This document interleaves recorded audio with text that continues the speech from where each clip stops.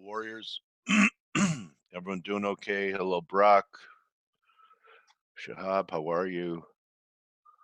Interesting that, yeah, I took profit, Sean.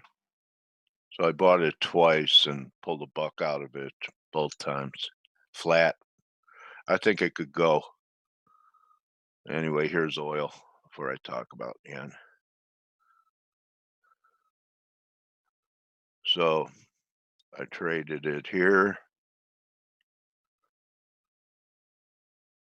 and then I traded it here, 49.60, and just got out. Was thinking we could at least get 52 and a half here, 52.35. Hope that helps you.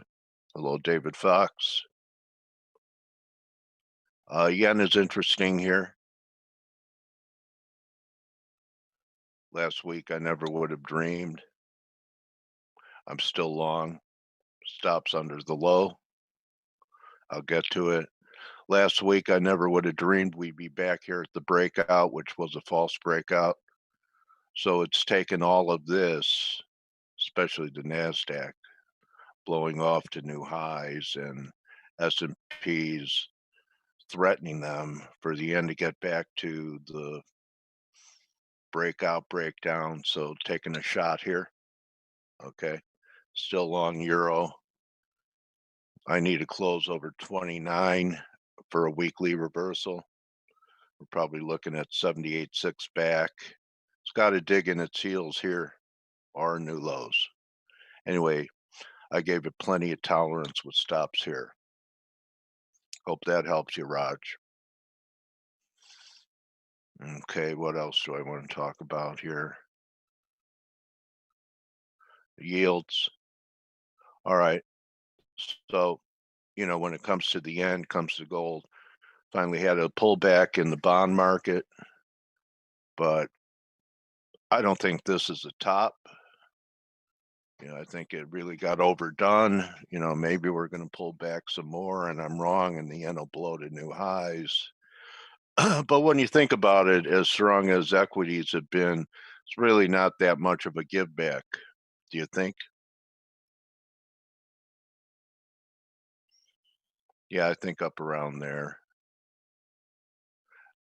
Although if it really gets going, I actually here's for euro. Let me finish with bonds. I still think we're going to new all-time highs, this breakout.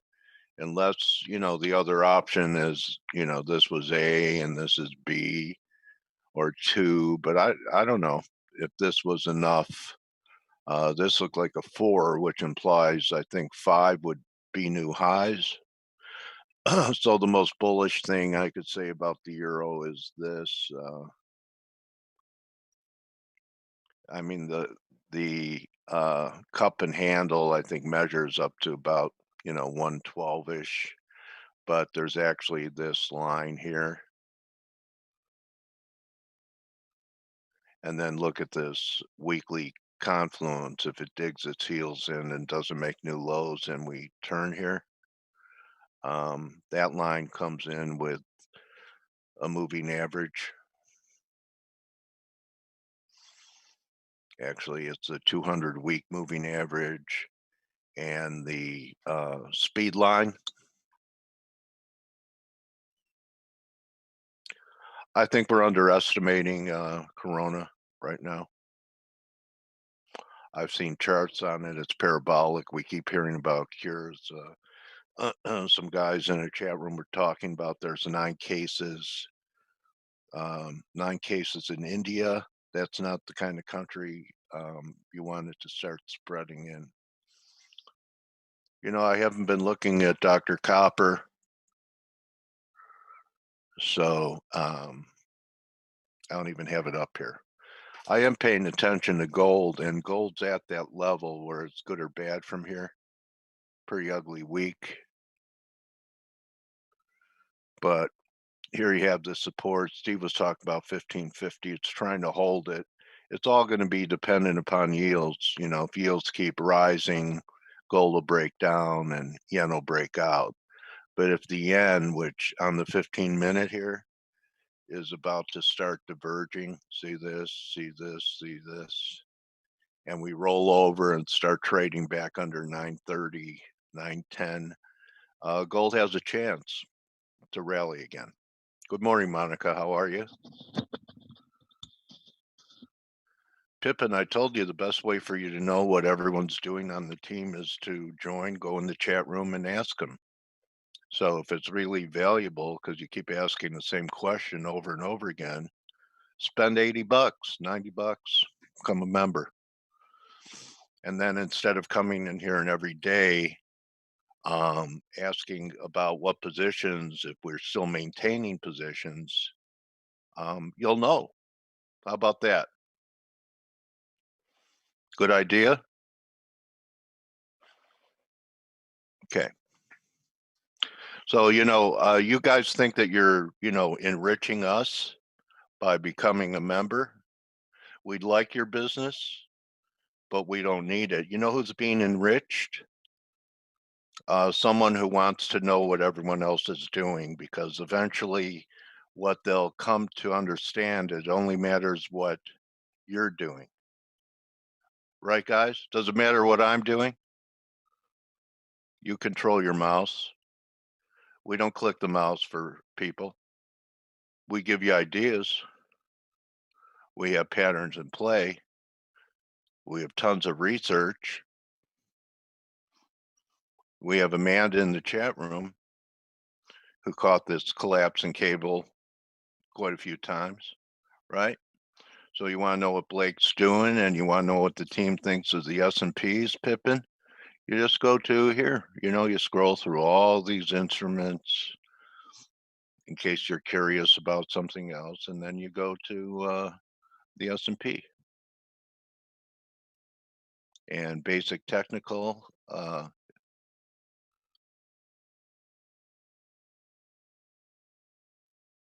you go. Okay, so this is what was showing yesterday. So I'm just saying that you could spend hours on the website coming around. Hello, grateful. Which place would you recommend to learn from options? That's really not our wheelhouse. I don't think we're going to have one till the fall.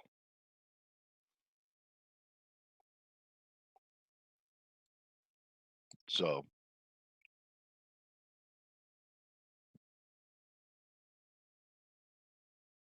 okay. So What Sean, was the question, Coach? when is the next special to join? Promotion. The fall, right? Tell him to email me, and if he's really interested, I can get him the. Only on the annual will you. I can get him the Semi. For semi and annual, I can get him the Okay. offer price. If you've been a subscriber before, Steve will work with you. Okay. So Steve, I don't know. Blake's busy. I mean, everyone's got a household full of viruses, sick children, and wives. Yeah. You got a good immune. I bet you took about 100,000 milligrams of vitamin C in the last few days, Blake. Are you talking to me? Yeah, I know you. Yeah, I've taken vitamin C. 100,000. All right. Seriously, I take like 700. Yeah. Or 7. Is it 1,000? Yeah, 500. Yeah. They're 500 milligram. Yeah. Okay. Time released. No, just pop them. I All pop right. Rose hips. I'm a vitamin C pill popper right now. Okay, you're like Linus Pauling. I think that was the guy.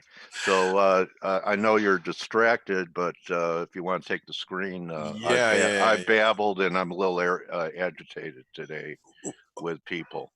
Asking, what? Is Blake so short? Everyone wants to know. They come in here for free and they want to know what we're doing all the time. Yeah, all they have to do is join.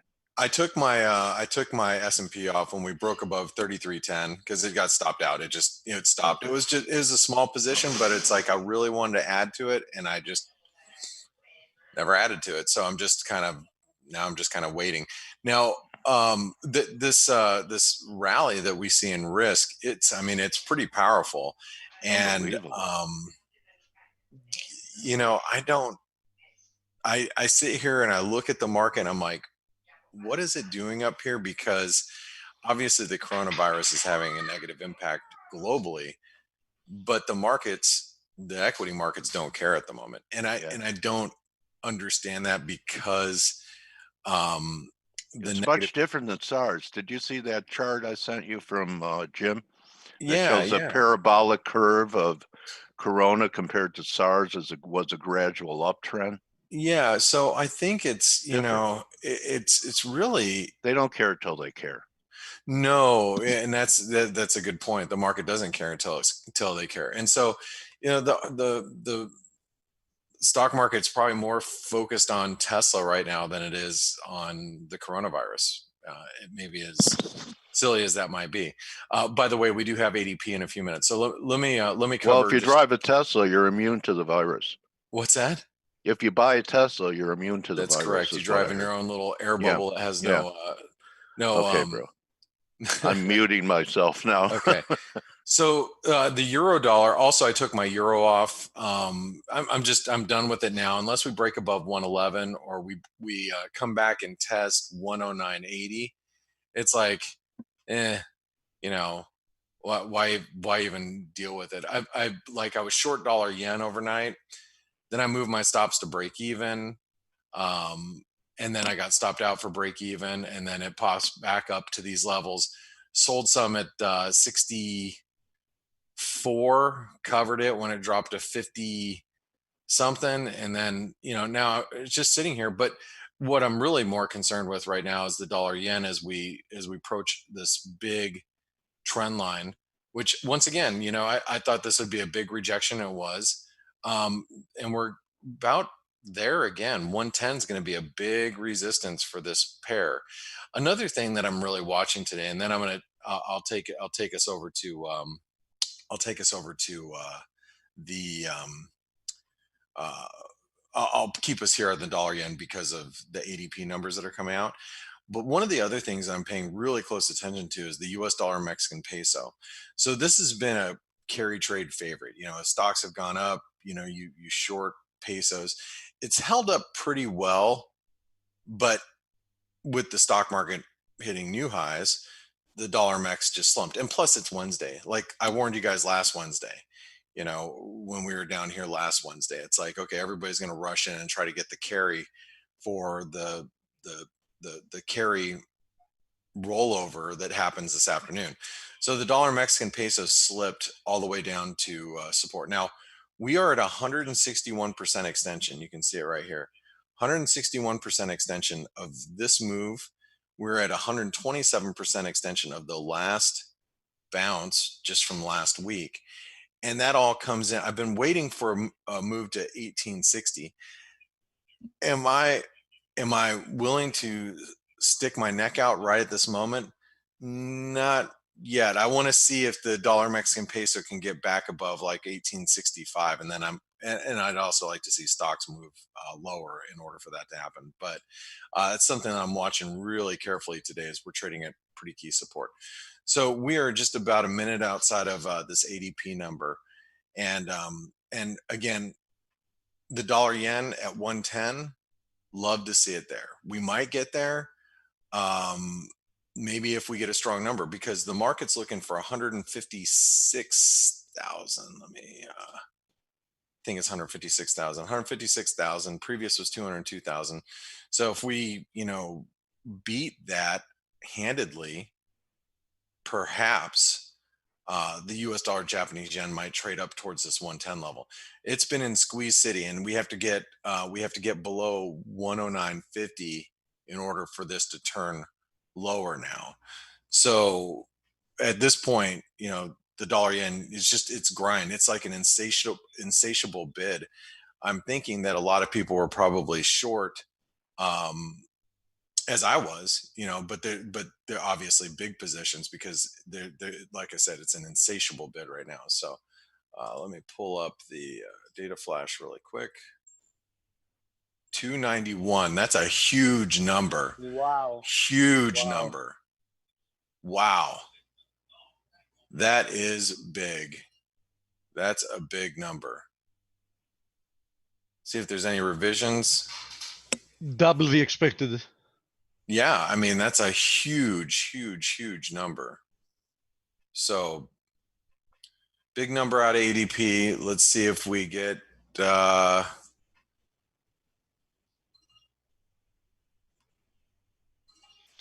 Good data. Risk no on because revisions it's yet. Oh, it's good data. 199,000. So it, the revision came in at 199. It doesn't show here yet, but it's basically in line.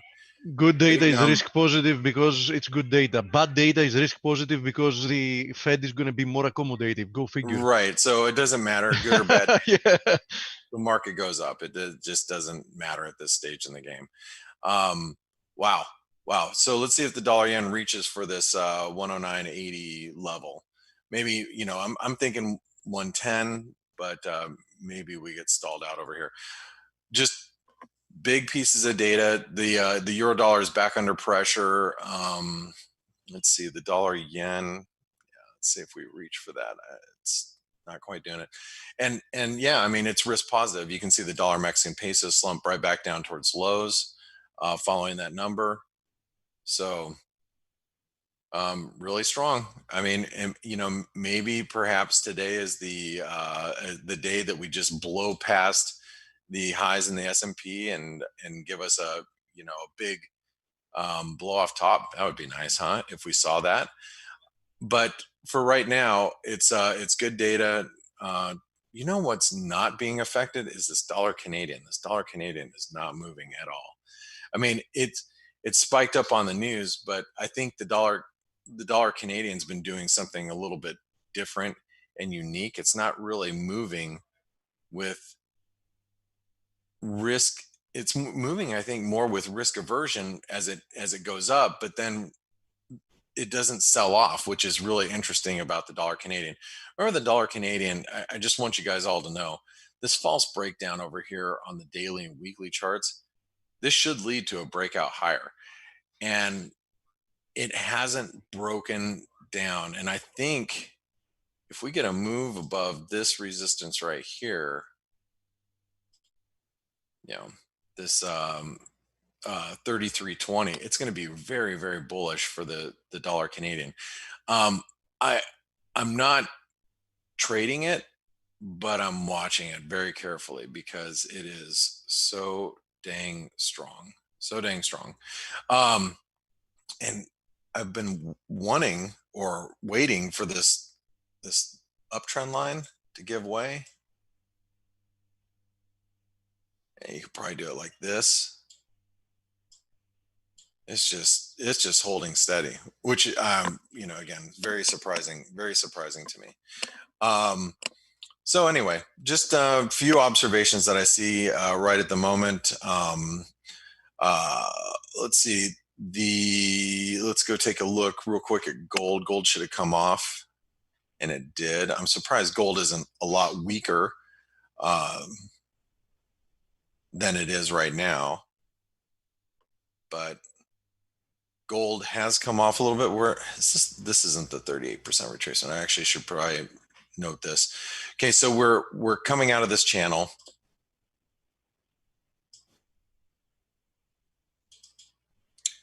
We're at a 78% retracement right now, but I can't be a buyer of gold with stocks as strong as they are. So there's that. Yeah. So anyway, let's take a look at the bond market. Dale, are you here? Yeah, bro. I heard you mention a little bit about the bond market, and you were looking at the bond market is hitting all-time highs. You know, this is the chart right here that I think we all have to pay really close attention to for the bond market to hit all-time highs. Here's your weekly chart, and even if we breach the 32.12 level in the bond market, it's really the 33 level that's going to be a big resistance for the bond market. That's the one that I'm going to be watching, because if this trend line breaks, then your all-time highs, I think, are just around the corner. And Yeah. haven't you been surprised that and now I know the bond market's come off this week and yields have gone up, but aren't you surprised that with stocks as strong as they are, the bond market is not Yeah. a lot lower? Yeah, I actually thought that that breakout you showed with that gap before we pulled back was going to be, and it was for a day risk off. Right So here. yeah, that move there. Everybody knows between stock investors and bond investors who is the smartest crowd, right? Well, they haven't been. I mean, in comparison. I mean, That's if a you're great point, shorting, Dale. I mean, so maybe they will end up being, but they haven't been, because except I have seen a chart where after that big few down days, the bonds are actually outperforming the S&Ps, but after this week, I don't think so anymore. So I know, I believe that I've always bought into that maxim too, Steve, but or let's say Dr. Copper. All bull markets are roofed in copper. Well, we've been building a roof in copper for a few years, right? And Yeah. I mean, it seems like the S&Ps keep breaking through that roof, and they've built a skyscraper Right. instead of the roof. So these old maxims. I think it was Michelle Snyder. She said, Dale, we have to throw out everything we learned Well, over the last 3 decades. we have to, because decades. this is an unprecedented New normal. market, Yeah. right? New normal. It is the new normal, and it's the new normal is far It, from normal. it is new. I can argue against how normal it is. Yeah, the new abnormal, Steve. Yeah, it's a new abnormal, more likely, yes. Anyway. Yeah, so it's definitely an interesting market where we're at, and I sit here and I look at what the market's been doing, in the last several years, and there's an old adage that you Don't just fight can't the fight Fed. and we were talking about Yeah. it with Chi today in the chat room. It's like, Marty's we looked wife. at the stock market, and I had, between my averages and the S&P, I was short basically at 3,300, and when I got stopped out at 3,310 overnight, I'm like, 10 points on a, it was still a small position, but it was like, all right, I had added up here when we were up there, and I took my loss, and I'm like, I sit here and look at the market and go, man, the market's really unstoppable, while you have every central bank, including China, just providing massive amounts of liquidity. There's not a lot that's going to stop the market if the liquidity keeps flowing. And that's continuously what we see. Um, or I guess you'd have to say, unless the coronavirus completely picks up steam, and then at that point in time, you probably have to be a little bit more Yeah, concerned about. liquidity can't really solve medical Yeah, issues, yeah. right? Liquidity can't solve that, right? So, but for right now, it's like, I look at I thought this 33 level was going to be it, but maybe we reach again for 3,400, which would be the 161% extension of this last move down. These breaks in trend lines that you see here, doesn't matter. We broke and we came right back into it. So, why stand in front of the freight train at the moment? But even when we do get reversal signals, they last for a very, very short period of time. The only bearish thing I could say, and I've lost money trading it, maybe this time it'll be different because I don't feel like doing it, is if you look at the RSI, I mean, this is pretty glaring. I mean, the other divergences were close to 80 above, and you had to put your cursor on it to see if it was a lower reading. But here you don't even need your cursor to see this type of glaring divergence. And NASDAQ has already made a new high, and look at the RSI there. I mean, it's going to take another 300 points in the NASDAQ for it to blow it out. So this is somewhat different. I haven't seen a glaring divergence like and this. VIX is diverging even more now. Yeah. Yeah, is it holding the triangle breakout still, Steve? Yeah, it Will still it is today? actually. Will Yeah, it today? we'll find out, I guess. Yeah, But so far it okay. is. Well, Steve, Yeah. I'm going to pass it over to you guys so you can show them over the glaring divergence that you're talking about. I hope your family feels better, Blake. Thank you. I'm dealing with a lot of sick people over here, but that's all right. More vitamin C. Okay, okay, Linus. For Guys, have everything. a good Stop one. calling. Thanks Good everybody hunting. for tuning in, and I'll turn it over to you guys. Thank you, Okay. Blake. Thanks, Blake. You Thanks. too, Good morning, Stell. Stellians. I hope Hey. that your family starts feeling better. We are almost 100%. So yeah, everything. Oh, good. Yeah, I have a bit of a cold, but that's nothing. Yeah. That's what I said last Thursday, and next day the little guy had a fever, and 2 days later the wife started getting sick as well. So Well, I Yeah, stopped drinking Corona, and now I'm drinking Pacifico, so I don't get, so I don't catch it. Anyway, have you seen this guy's frustration on Twitter? why? Which The guy? Corona Twitter account, I mean. Oh yeah, that's The a Corona fake. beer. That's a fake. That's a fake. Yeah. Anyway, Yeah. Okay, I have a couple of things to say. But it's good free advertisement, right? Yeah, of course. Yeah. First of all, Blake said, how come bonds are not lower, so higher yields, while stocks are going to the moon? Well, for yields in bonds to go higher, you either need to see inflation or you need to think that central banks are going to be hiking.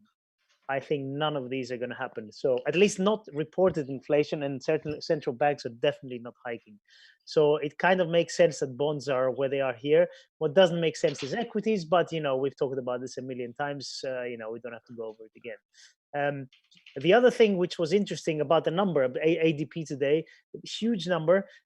However, if you look at, say, it's a very volatile number. If you look at, say, a 6-month rolling basis, it's exactly on average of the past 3 or 4 years, because we've had some. And sometimes we also have like big revisions. So, you might get a small number today and get it revised higher next month. You might get a big number today, get it revised lower. Exactly. And huge example was last year, as we've said, NFPs in total over a year were 600,000, or was it? What was it? 500,000 less. Yeah, revised down over a year. I mean, Yeah. I mean, don't get me wrong; it's a big number, but just it is. It definitely picture, it's the rolling 6-month average is exactly in line, so it's something to think about. What else? So we had some other numbers today. PMIs out of Europe and UK. The UK, it's funny, we had manufacturing PMI yesterday, was it? And it came in at 50. It was expected much lower, and everybody was saying, oh, but services is much more important for the UK. Correctly so. Services PMI came in at 53.9, up from 50 last reading. So that's also going up. Composite PMI up to 53.3. So it's not a recovery, but it's not collapsing. So that's good news for the UK. Kind of similar story for the Eurozone. So, the beats were only marginal, but still, services PMI beat by 0.3 at 52.5. France was negative, was worse than expected. Italy was better. Germany in line. So overall, PMIs were constructive today, which is good for change. And I don't know if you saw, Steve, about the coronavirus. There was this site, Taiwan News or something. I posted it on the chat room. It's been going around on Twitter. Apparently, website, this Chinese company Tencent, they're pretty big. They have a page where they report the cases and deaths and everything. And for a little while, they showed the page which was showing 500,000 infections and 25,000 deaths. And then they pulled it. I want to believe it was an error, just somebody, there was a typo. But imagine if they're hiding stuff. I'm not saying they are, but I'm just saying that. It definitely was an error. The question is if it was an error that they put it on, or if the numbers were wrong. Yeah, that's true. But so it's what type of an error is the question. Yeah. With the headlines we had today from China and from the UK, apparently there are a couple of medical teams who are reportedly close to finding some kind of vaccine or some kind of solution against the virus. Remains to be seen, but this is what gave the market wings again today, and Not that it needed it, because we had already seen like a huge no news recovery. Trade balance, by the way, it's marginally worse. It's marginally worse, but nobody's paying attention nowadays to the US trade balance. I mean, everybody has given up on, and there we go, Canadian trade balance as well, marginally better. On the other hand, a few decades ago, trade balance was like a big number expected from the markets, exactly as we do now with NFPs or whatever. But nowadays, everybody has given up on, the possibility of the US not running huge trade deficits, so nobody really pays attention to it. Yes, that is true. So, big like mistake if you ask me, and I do believe that at some point in the future, people are going to be paying attention to that once again, once they realize that, things like trade deficits, budget deficits, they didn't matter for centuries for no good reason. They stopped mattering for a bad reason. Yeah, but, I mean, these are the pillars of an economy. You have exactly. To, I mean, it's economics 101. You can't ignore them or say, I'm going to have big deficits. It doesn't matter. It's going to be stimulative. We just print more money and just, spend more. And, everybody keeps focusing on like, what is the consumer doing? And, they don't realize that in order for you to import stuff, there are only two things you can pay for them. One is by exporting other stuff that other economies need. Two is by increasing your debt. So one of the two, which is the latter, obviously, is unsustainable in the long run, but nobody seems to care about it. Yeah, that's very true, my friend. Very sad and true. What else we have? We have ISM today. Obviously, payrolls is the main thing this week. On Friday, yes. And obviously, the market should take today's ADPs as, a good omen for Friday's data. Yes. Yeah, that's it really from me. Nothing earth-shattering happened overnight, so we can carry on with the charts. Yep. Okay, so we have quite a few people participating today in the chat and quite a few questions. I'm going to start from one of the later ones because I wanted to mention that anyhow. Gautam says, Steve, pretty clear to me DXY heading to 100, Euro USD trading to new lows, and USD CAD heading to 135. What do you think? What I think is the following, that it is a likely scenario.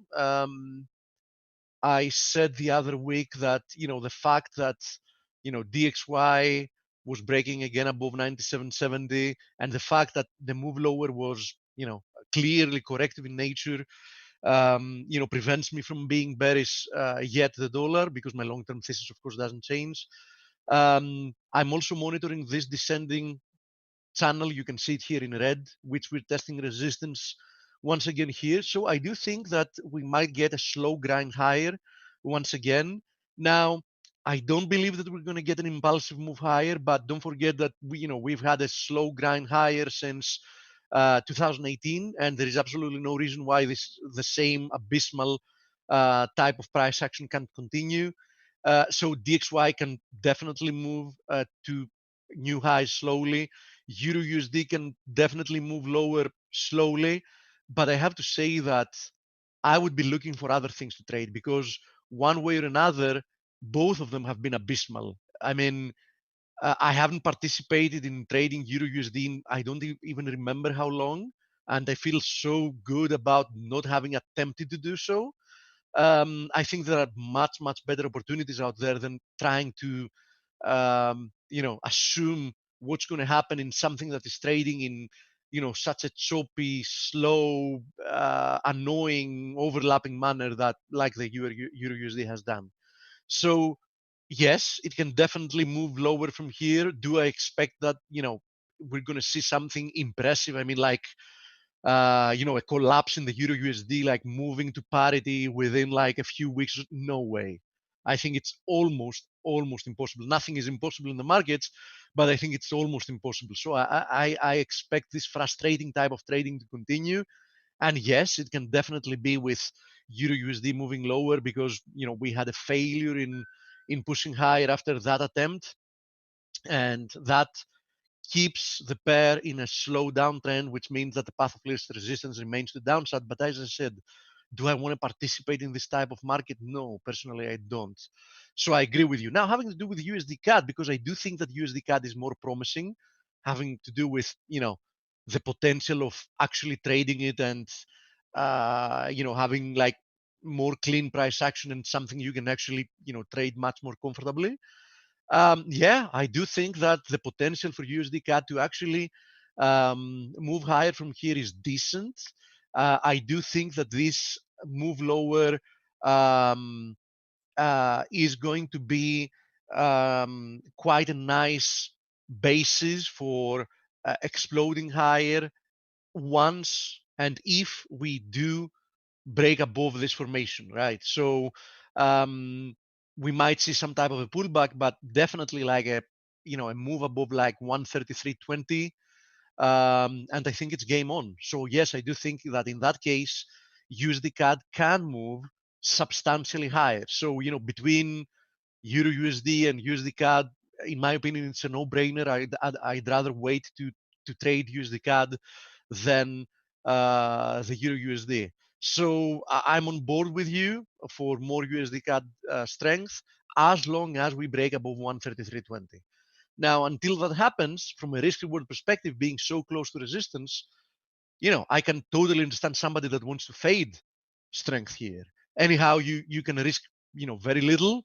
I mean, if you short here, you can risk like 60 pips to initially expect like a move down to, let's say, 130, 180, and why not even lower? I mean, nobody says that we can't keep trading within the boundaries of this triangle for quite some more time, which means why not even a move down to 130 again, right? I don't think that's the most likely scenario, but I'm saying that from a risk reward perspective, you can start by having like lower expectations for a simple pullback, since you can risk very little, and you might end up finding yourselves in the right side of the market for a lot more than like 80 pips or whatever it is. Actually, it's close to 100 pips now, like 95 pips or whatever, until reaching 130, 180 if we actually move lower.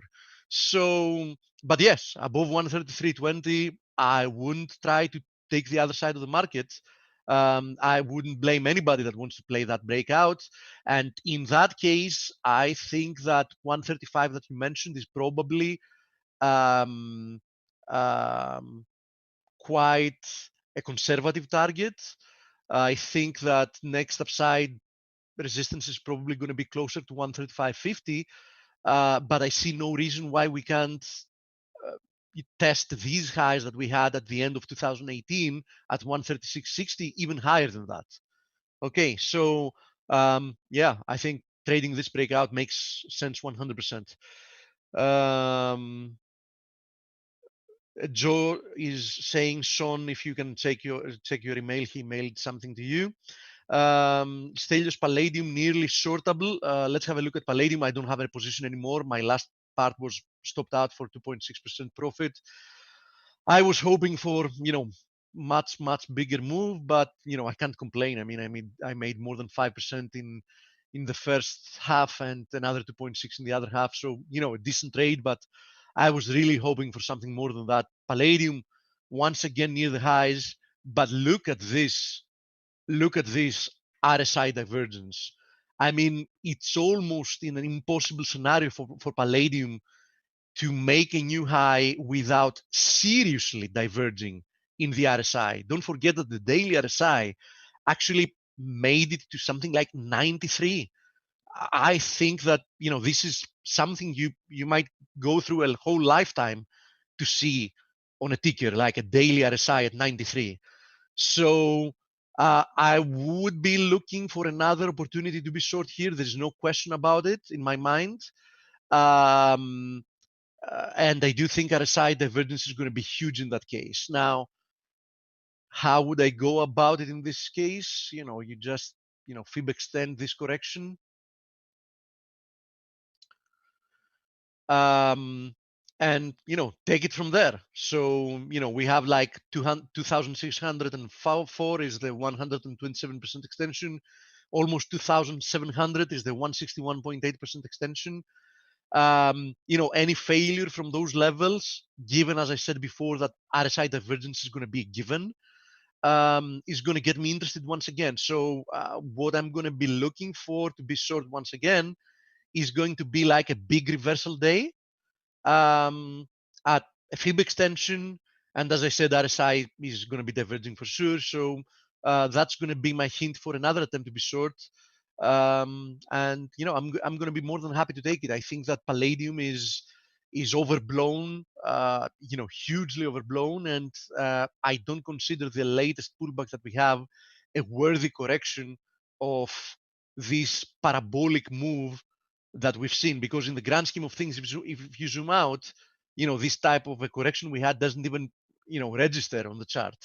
So trust me, a market like this needs a much bigger correction for it to actually reset expectations, positioning, and everything else. Now copper, since we went back to the metals, copper is also, we indicated this as an important support level at the end of last week. Copper did find support here at the same time, and not, coincidentally, we know that, they tend, in the past, they were actually even more closely correlated, but they still have share some correlation. At the same time that Aussie USD was also rebounding from lows, right? So both of those pairs are rebounding higher. These type of corrective moves can actually unfold even further. I mean, copper has already sliced through the first area of resistance I was looking for, and it can move higher from here. I mean, 262 is the next upside resistance. So, um, it's a correction that can run all the way up to 270, probably 271.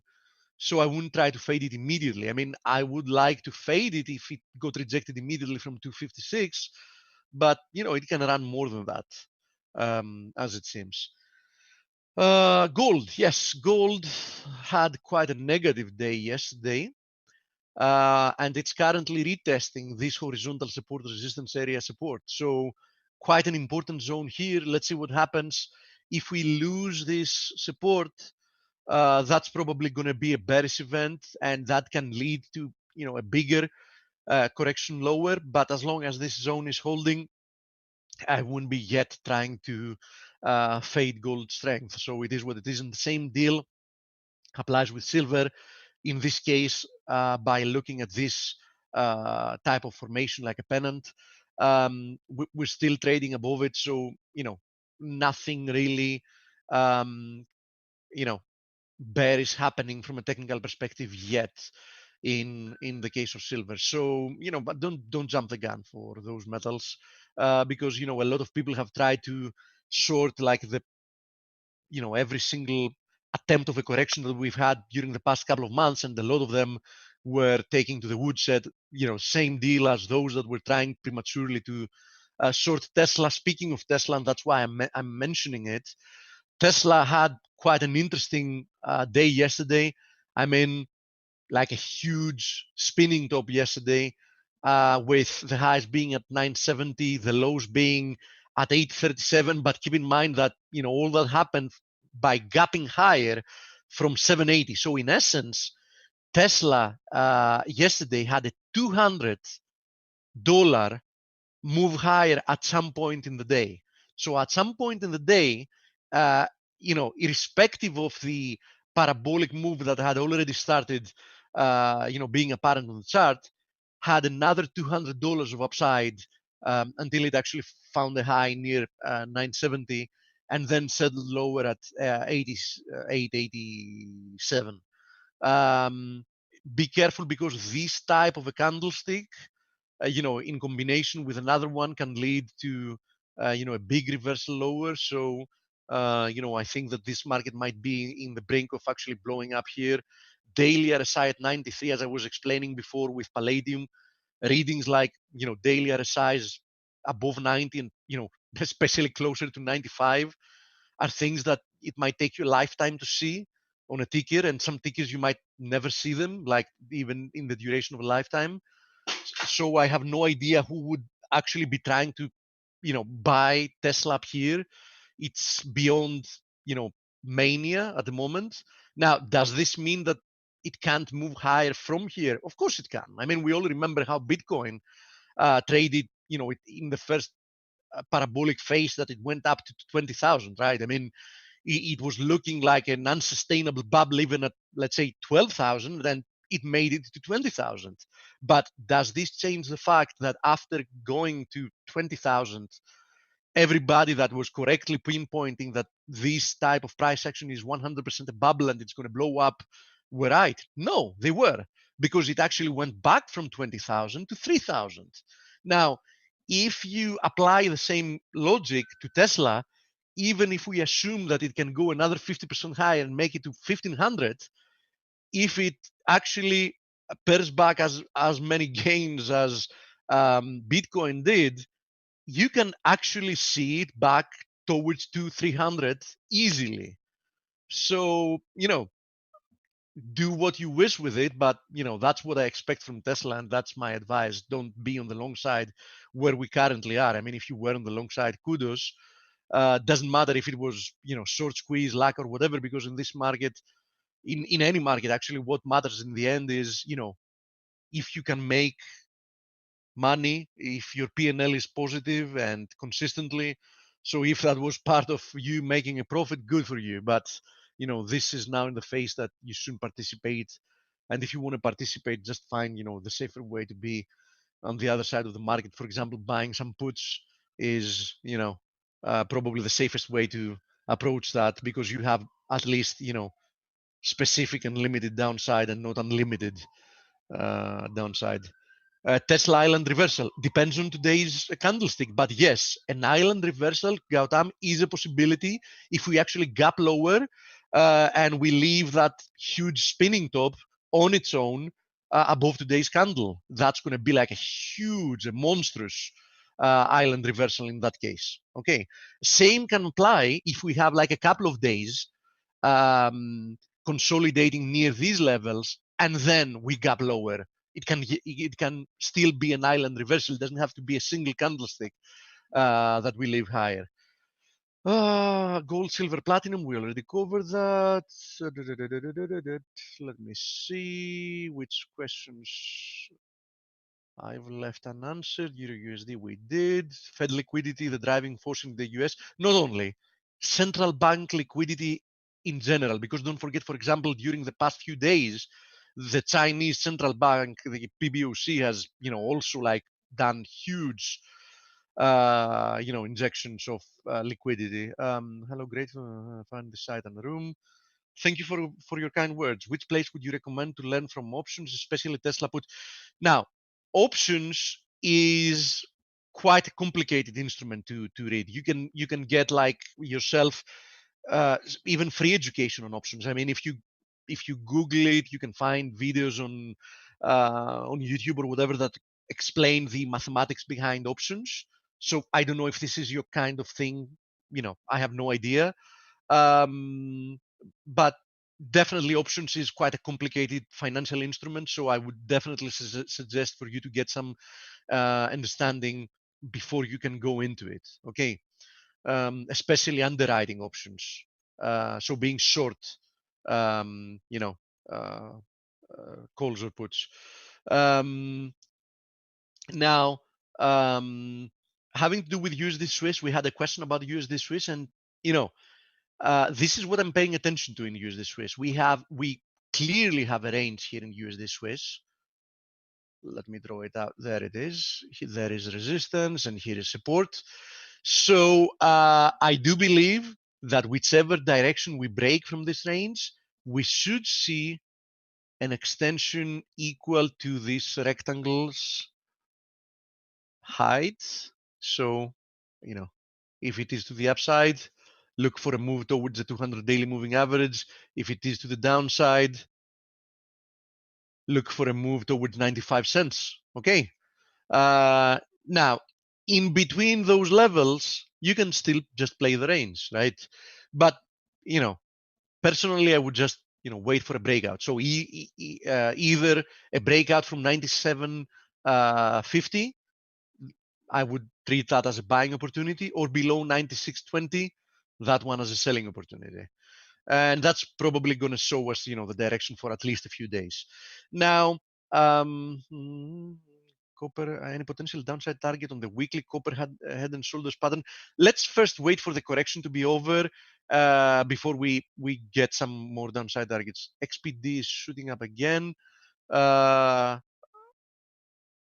it is. It's at the highs. We already showed that.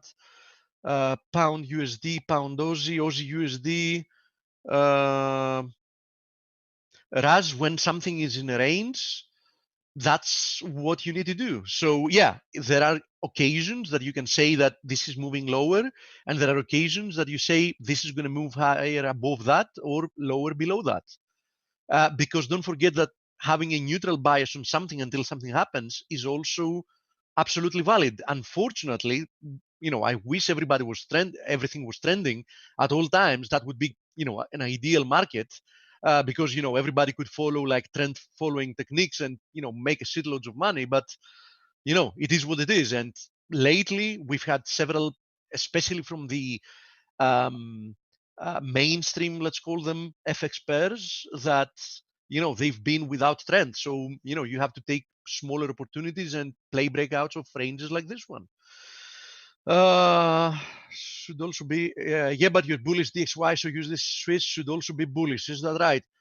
If you're asking me which direction USD Swiss has a bigger chance of breaking out at the moment, yeah, I would say higher, right, from 97.50, if that's what you're asking. Any news on sterling? Cable gapping lower. Yes, I actually did notice that when I was talking about something else. The pound has been moving lower during the past few minutes, but don't forget what I said before. Now, there are two scenarios here, okay? Scenario number one, that this is a larger triangle and we're going to eventually break higher. Scenario number two, that the triangle we're looking for is this one, in which case that is the price action you should expect. Okay, one move lower, A, B triangle, C lower, higher afterwards. So you pick your poison here. And who is going to determine what the case is? The answer is what happens from 129.20. I've said that since a couple of weeks before. The bull bear line here is 129.20. I am thinking that the cable should produce another high later on, but that doesn't mean that it can happen from lower, let's say from 127, where we currently have like 127, 127.50, where we have support. So below 129.20, we should see at least another couple of hundred of pips to the downside before higher.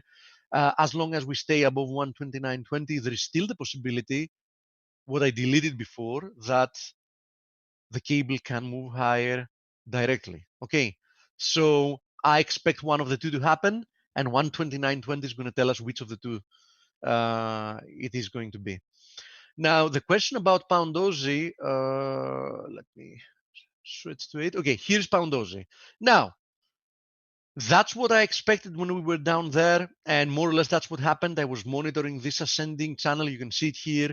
We didn't actually test resistance. We came very, very, very close to resistance. Obviously, when you make it to the 127% extension of the last move lower, and you're so close to resistance, you're not buying up there, right? I'm hoping. So I really want to believe that, not many people were, naive to be caught on the wrong side of the market right at the highs. So the question is, what happens from here? The answer is, we're now approaching support. We are at support actually. So this is one area that might act as support. If we move lower from here, I would then be looking for this channel support to, work to at least produce some kind of an initial reaction. So that's what I think about the pound Aussie. And, let me throw the pound Kiwi in the mix. Pound Kiwi, retested once again that resistance area, broke down from it, now retesting the broken channels, trend line resistance as support. But keep the big picture in mind here as well. The big picture is we've been within this ascending channel since summer of 2016, right? So that's already a 3.5-year-old ascending channel, and you see that the market has respected it multiple times. So, the big picture here is that you don't have a clear direction because it is an ascending channel. Yes, it is. But if you want to look at the big picture, you also have to take into account that we had a very strong move lower and the move higher, despite having taken 3.5 years, it has retraced. Let's see how much.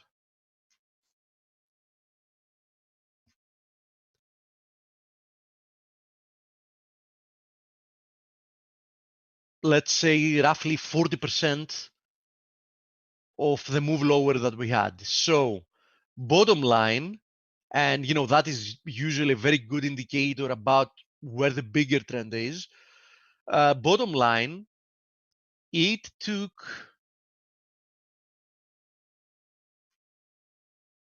actually, let's even measure the price. So it took 412 days. That is a little bit more than a year for the pair to lose 34%. And it has now taken 3.5 years, which is like triple that, for the pair to gain 22%, right? So I do feel that in the long run, this is going to end up breaking lower. But of course, when we've been in this channel for 3.5 years, nobody says that can happen in a year from now. So, this is not an indication for me to trade it like today or tomorrow, obviously. But, I'm just, giving you the big pictures here. So the big picture is that, we're trading in a very choppy environment for 3.5 years. We're currently in the middle of this channel. I expect that in the long term, this is going to be resolved to the downside. Until that happens, you can just keep buying support and selling resistance, but there are better things you can do out there. Steve, if we get weak ISM number, can DXY get a hit? Yeah, it can. The question is, for how long is that going to last? And another question is, how big of a hit? Because let me remind you, we recently got a correction out of the DXY, which was a very, very tepid correction. I mean, we moved from the highs from October 1st to the lows at the end of December. We said 3.3%. So literally almost nothing, right? So the question is, for how much? And keep in mind that during this period, we got some very bad data. And that bad data in DXY terms was worth a depreciation of like less than 3.5%. So, as I said before, the dollar is really pinned.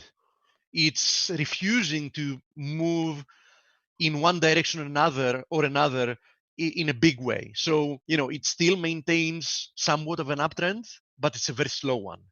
I do expect this to fail and fail very badly, but nobody says that can happen in 6 months from now. Until then, we can be at 100. We can be at 101, at 102. Now, the question is, do you really want to ride this for months and months to see an appreciation of 3, 4, or 5%? Not universally, meaning I don't want to be long the dollar across the board. I don't want to be short the dollar across the board yet. Okay, so this is a market having to do with the dollar that you still need to pinpoint the right opportunities. So at a given point, the dollar is going to be a nice sell against X, but might be a decent buy against Y. You know what I mean? So we have to take each market on its own And as long as this is the FX trading environment, keep targets, conservative. I mean, this is not yet a market that you can say, I'm looking to make 10% in that or 5% in that. Oh, excuse me. It's okay, coach. So, Commodity, coach, interview commodity time. digestion. Yeah, that's that's not why I burped. Well, I assume so. Yes, one of my favorite guests is with us, secret agent woman Nargis 007. Okay, So enjoy but, the interview, and what was we'll the be back car tomorrow. that Sean Connery drove around that was all tricked out? Was that a Bentley? What was it? Aston Martin. Yeah, oh, James okay, Bond yeah. always has an Aston Martin. Yeah. Oh God, yeah. I would try. I would trade in my Gremlin for one of those, or my Pinto. Nah, I have a Genesis coupe, which is the beginning of a new life in my Genesis, new beginnings. And Forex Analytics said, "Let there be light." LITE, which is our version for It is the cheap way for cheapskates. you to be part of our Cheapskates. community. It's our version. Yeah, but man, can I say it? Hugely right. a value proposition, because for $19 you get basic technical analysis, candlesticks, macro. You get notifications on your phone. You can't even take your girlfriend to McDonald's for that nowadays. Unfortunately, that tends to be true. Yes. All right, so Anyway, thanks, Steve. I want to see what Nargis has on her radar. Yeah, me too. Okay, so thanks, man. Good review, and thank you, face attendees. Stick around for Nargis. Nargis, welcome back, and I'm going to set you up now. Oh, I thought I promoted you to. There we go. Promote to panelist, and then.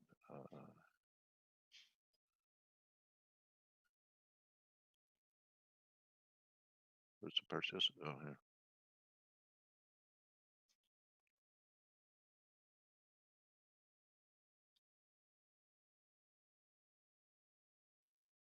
Just unmute her. She's already promoted. No, I have it. Yeah. Hi, There you Nargis. Hi, good morning. Can you hear me? Yeah, Yes, can hear yes. you. Can hear you Oh, well. okay. Hi. Hi, how are you? Welcome back. I'm good. Nice talking to you again, Dale. Well, it's a date. Thanks again for having me.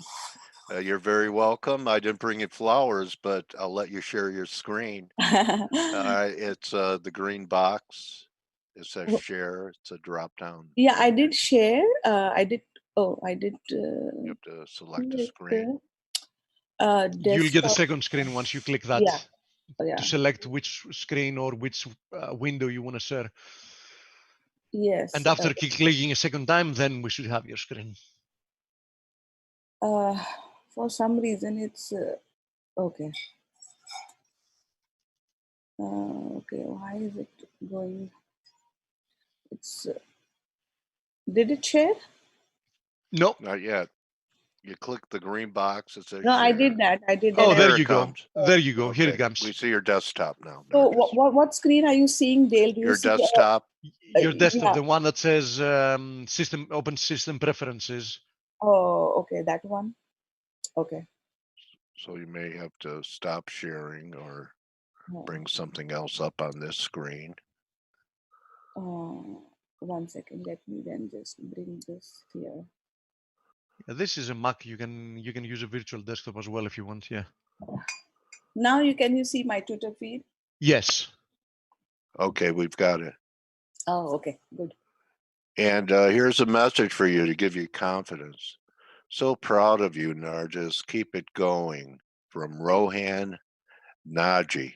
Very proud of you. Thank you. Okay, so how are you handling all this volatility, the push-pull between Corona and central banks? What are you seeing here? And It's surprising, and every time it makes me a bigger believer that that news is mostly an after effect. I mean, coronavirus is a sad thing. Definitely, it will affect people, in a bad way. But I'm just talking in terms of some news perspective. I mean, we had earlier China Yeah, deal issue, trade. right? And Yeah. then we had the Iran thing, and now this is coming. And I mean, coincidentally, or there's a reason behind it, they all come at a certain point where markets are saying something. So Yes. me personally was looking from that perspective. You want to show us your S&P chart? We're looking at your Twitter feed. Yeah, yes. So so this was something I had put out Oh, okay. much earlier. Start in 2018. This whole thread was from 2018. I think first time we had talked about this also, that in terms of my wave analysis, not the Elliott wave, but the regular, the movement to 55, which completes, the price movement. I had already seen 4, and I was expecting a price move to the upside. Earlier, the targets were coming into 3,000, 3,100s, but we blew that off by a big margin. Yeah, And your top target, I would need magnifiers, but I'm guessing it's 33.44 at 1.618. Am I seeing it yes, correctly? yes. So yes. So if we see,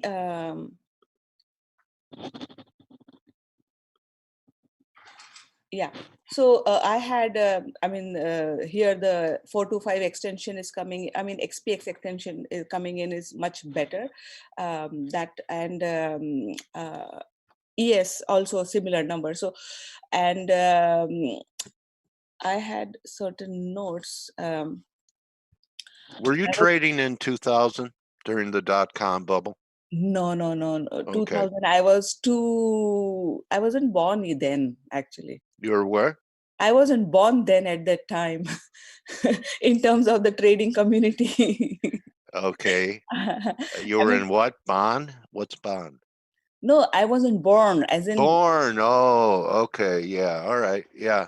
So this must look kind of strange to you, seeing parabolic moves like in many NASDAQ stocks. I mean, I've seen it before. Yes, And definitely. it happens in other instruments. I mean, Bitcoin was like that, right? Yeah, Bitcoin. Yes, Bitcoin was like that at 20,000. It was. Yeah. It had blown So off all extensions, and RSI was at 97, 98. And I yeah. was like, let me see if it can touch 100 or at least 99. But then it just boomed down. Yeah. So, So I what mean, do you Tesla. do with a market in a parabolic advance? You just jump on it? Mostly, yes, I do. Sometimes you go wrong shorting those very, very high momentum in terms of timing, not in terms of the move itself. Like, sometimes you trade short term. So that can Yeah. get you, and it has got me as well sometimes. But when I was looking at the GAN levels also, and I was counting cycles, to me, this 36 to 33.65 was an important area, because SPX or ES would have completed some 10 cycles from the low of 23.46, December 18th low. So this S&P was doing 5, 10, 15 cycles. So that's why I was personally looking for a reaction at this point, and we definitely got it.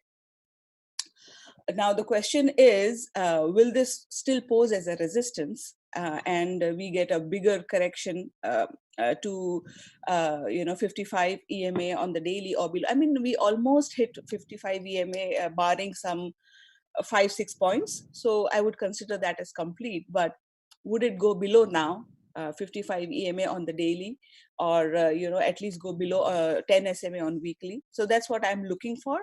Or do we go past these 10 cycles and go on to the 15th cycle, which will very well take us into more than 3,500s? Okay. So can you explain to us what you mean by a 10 cycle and a 15 cycle? Oh, so when I'm studying GAN, what he proposes is that, stocks or equities or indices move in cycles, right? So they will do cycles in 3, 6, 12, 12, 18, 24, those kinds, and or 5, 10, 15 cycles, So price from if it is starting from zero, say, it will go to 5 cycles, which will be, say, $100. So one would be like, 25, 50, 75, 100, 125, like that. Okay, so you multiply it. Yeah, It's like a multiplier, the cycle. It's multiplier, maybe some, it's basically based on that Gann wheel. Okay, So and that was Gann talking about price, not talking about time. No. So if if you study Gann, is there anything you can extrapolate as far as how much time this particular move, not exactly projecting or forecasting price, just time? Is it early? Is it late? Mid-cycle? What do you think? And truly speaking, I'm still, venturing into time, and what I have noticed is, and this has, this has also given me some food for thought, that maybe there is much more to time than what I'm seeing, is that whenever we see a cycle for turn for a pullback, the market rushes up like crazy. So it's like they're firing up something, a higher cycle or God knows what. So so far, the timing for a pullback is not working so great, or the depth of the pullback is not working so great with respect. We may get a pullback, but it would be so minuscule that it won't look like a pullback. Okay. So I'm still struggling with the time. Maybe this particular time, 2019-20, is a little bit, I don't know, different, or maybe you guys have already seen this kind of movements. So yeah, so it still surprises me. Why would the timing, when the timing for a pullback comes, the market rushes up another 50, 60, 100 points, just like that. Okay, because I would say that if you mark the beginning of this bull market after the financial crisis, the lows were March 2009. So we're looking at, close to 11 years coming up in a month or two. Yes. And any history that you know of? I think it's one of the longest runs without a, bear market. Bear market being 30%, although we almost had that last December. Yeah, 2000. So anything in Gann that talks about longevity of bull markets or bear markets in terms of time? Or anything you've studied that, 11 years, is that extraordinary for a bull market? You don't know. I don't either. I wouldn't say anything which I'm not ready to, or Yeah. rather, I may not have much more information. All right. Well, you're just going to keep it simple. So say you're long right now, Nargis, okay, and we're pressing right here 33.27. Where you're wrong from here? What would get you out of the way? Your 50-day moving average? Yes, definitely. The 50-day moving average, if I was, first I would, my exit would be close below 10 SMA. Definitely. It'd be where? 10 SMA on the daily. Okay. Yes. Where's that come in? That is currently now 32, 78, 80 here. 32.80. 32, okay. 80. All right. Yeah. That's good to know. Yeah. That would say, okay, the cycle is turning bearish, or if it is, just set up another break to buy. Yeah. And 336 is still posing an issue. Until 3365, it is still posing an issue. Just a caution for me, because I'm following those levels, that because that's a Gann level 3365, and I would be cautious around 3366 to 3365 for it to turn back. And I was also looking at other indices, NASDAQ, YM, RTY. RTY is, Russell is the one which is lagging the most. YM and NQ are also at points where they have, completed major run, I would say. And NASDAQ is, I don't know, for some reason, I have a feeling that it will go to 10,000. The way it is running, and 10,000 is also 25 cycles, because it is now more than 20 cycles. So I haven't seen at least NASDAQ stop at any in-between cycles. Yeah, it's It definitely generally, been leading the whole pack recently. I mean, at yesterday's close, I was pointing out it ended up at least, well, maybe longer term it means something, but I can't remember the last time the NASDAQ 100 made new all-time highs and S&Ps were 30 handles under the previous high, which it took care of today. yeah. But have you in your experience since you've been trading seen that much of a lag in the S&P 500 compared to NASDAQ? Um, I, I have always seen NASDAQ leading much more. I am not sure if this Okay. is because of the bigger tech companies are part of that, the Amazons, Googles, Apple. Apple had a fantastic run, so maybe that has Yeah. pushed more in NASDAQ versus the S&P, the weight, because of the weightage of all these running crazy. Okay, well, give me the time, the day, and the price for the top in Tesla.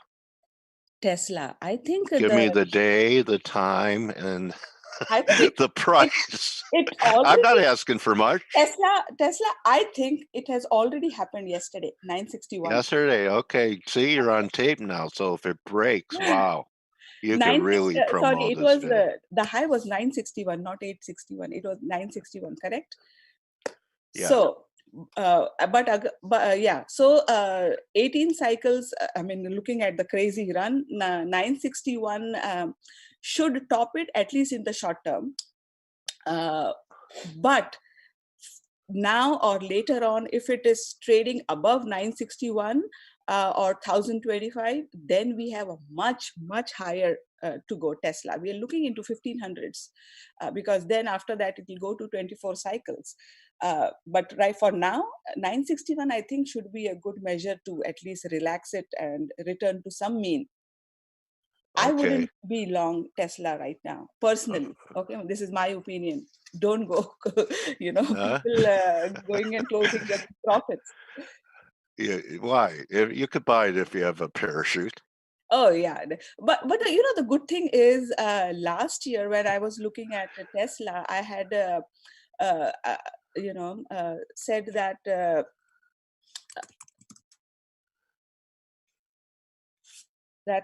This would go to 500. Yeah. So were you buying it there?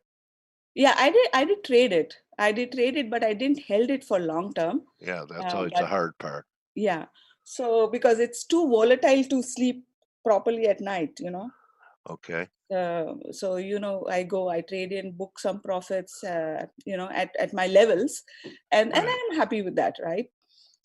So you know what, that's a great attitude, because you don't know how many people, myself included, that when you make tough money on a trade yeah, and then all of a sudden it turns into a windfall, yeah, that you tend to want to visit would have, could have, should have land.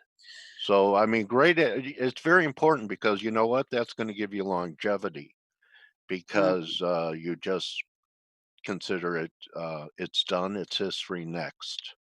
Some people have that natural inherent personality for that. Others, like myself, we have to change our paradigm. And next is a great word. You use it. It sounds like you don't even have to say it. You just do it. no, Dale. I mean, believe me, talking is so easy, but every day I still struggle with, disciplining myself. Yeah. Because when you are in the thick of things, that greed, that human nature takes over, and I say, just let me look at this, let it go, let's see. And some of the times I turn my good profits into a loss, and then I'm wondering what the hell happened. Yeah. It really is a tough way to make an easy buck, isn't it? Well, What would you say, Nargis, is when you're like that and you're in the midst of a battle and emotions, so we talk like we're detached and everything. What's your best tool for keeping things in perspective when you're in the heat of battle? Yeah. For some people it's their spirituality, for some people they have a rules-based system. What helps you?